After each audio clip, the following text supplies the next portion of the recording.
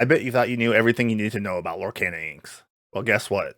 You don't. This was all the information that they released on Twitter already. But I found more information. Let me show you it. So here on the Lorcana website, you can find the information on story and then inks. And if you click here, this gives you the overview that there's 6 inks and you get 2 of each type.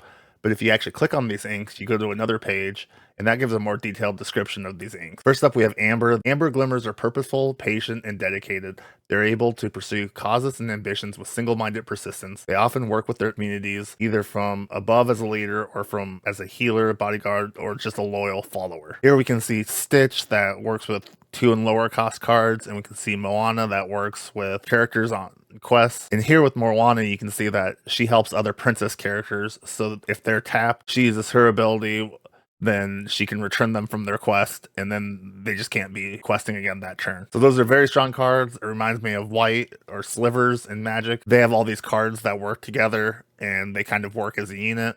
And so they might all be focused on like a princess deck or a hero deck or a storyborn deck. We don't really know what all those decks are going to be yet, but this looks like the color for those types of decks. They also have Timon in there, so that's neat. Next up, let's jump into Amethyst. Amethyst glimmers are wondrous, for this is the otherworldly ink for sorcerers, sages, animated objects, and other glimmers who use their special powers to achieve their aims. They are incredibly powerful when they have access to their amazing abilities, but they may land in trouble if they're stripped of those or tap into power they can't control. Here we have Elsa, who can exert an opposing character, and we have Mickey, who works well with brooms to make them cost less, and actually bounces them back to your hand when they get banished. So this is the card for strong special abilities on the cards. They're definitely magic related. You can see Elsa, the evil queen here, and Mickey. Next up, Emerald. And I don't think these are the best examples of cards here, but we have Cruella de Vil.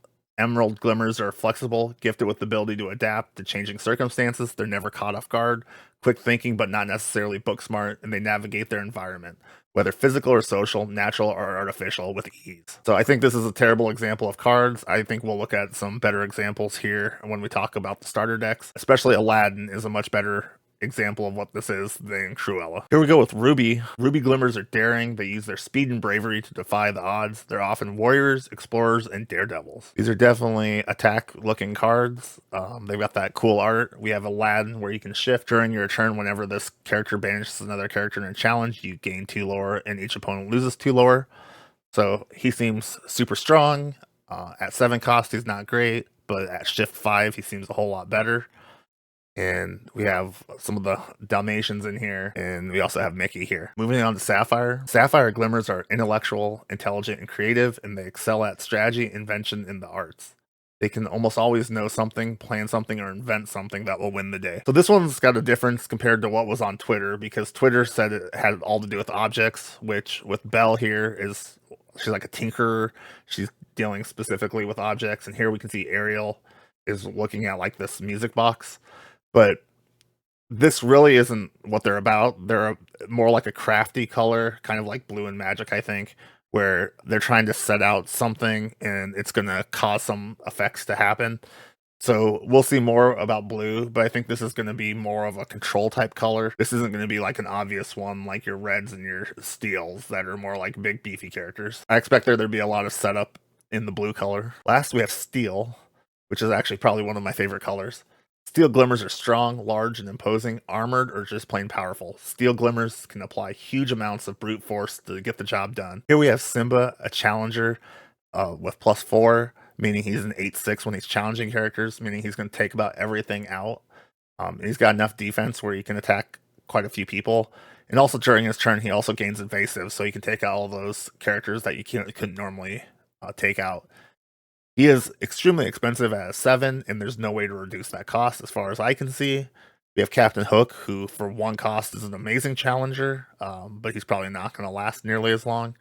And then we have this Lilo and this Hercules, and those are pretty cool looking cards too. So let's talk about the starter decks that they have coming out. We have Amber Amethyst is the first starter deck, and that one has Moana and Mickey. The 5-cost Moana, the 4-cost Mickey, and that 2-cost Broom card all seem like they're going to be in this deck. The Moana is going to work well with other princess cards, and Mickey's going to kind of be there to help you set up the rest of your board with brooms to kind of block everything. That seems like a pretty cool starter deck. I don't think it's going to be the strongest one, but it could be the strongest one. We'll see how the support cards work in that. Next up, we have Emerald and Ruby. So they're splitting up the attack colors. Ruby and Steel seem to be like the big, beefy, straight attackers. Here with Emerald, you have the more flexible color with Ruby, and you have Aladdin, that big card that it seems like a game ender when it's out. It's probably going to win you a lot of games, but you have to get it out first. And it has Shift, which is awesome because there's another Aladdin in Emerald that's a 2 cost.